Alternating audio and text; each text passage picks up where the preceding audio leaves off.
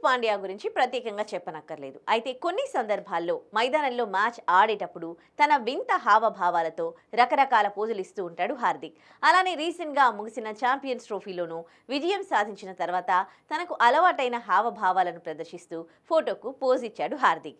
Champions ట్రోఫీతో కలిసి Dubai pitch పై photo దిగాడు.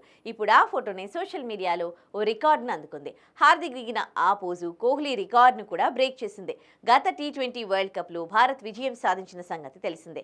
అప్పుడు ఆ ట్రోఫీతో కోహ్లీ ఓ ఫోటో దిగి పోస్ట్ చేయగా అది కేవలం 7 నిమిషాల్లోనే 1 మిలియన్ లైక్స్ ను దక్కించుకుంది. కానీ ఇప్పుడు హార్దిక్ పాండ్యా దిగిన పిక్ ఆ రికార్డును బ్రేక్ చేసింది.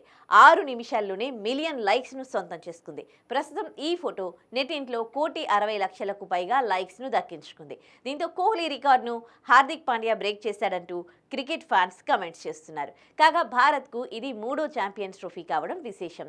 చివరిసారిగా గత ఛాంపియన్స్ ట్రోఫీ ఫైనల్కు భారత్ చేరినప్పటికీ పాక్ చేతిలో ఓడిపోయింది. ఆ జట్టులో కూడా హార్దిక్ పాండ్యా ఆల్రౌండర్గా ఉన్నాడు. ఇక ఇప్పుడు విజేతగా నిలిచిన జట్టులోనూ పాండ్యా ఉన్నాడు.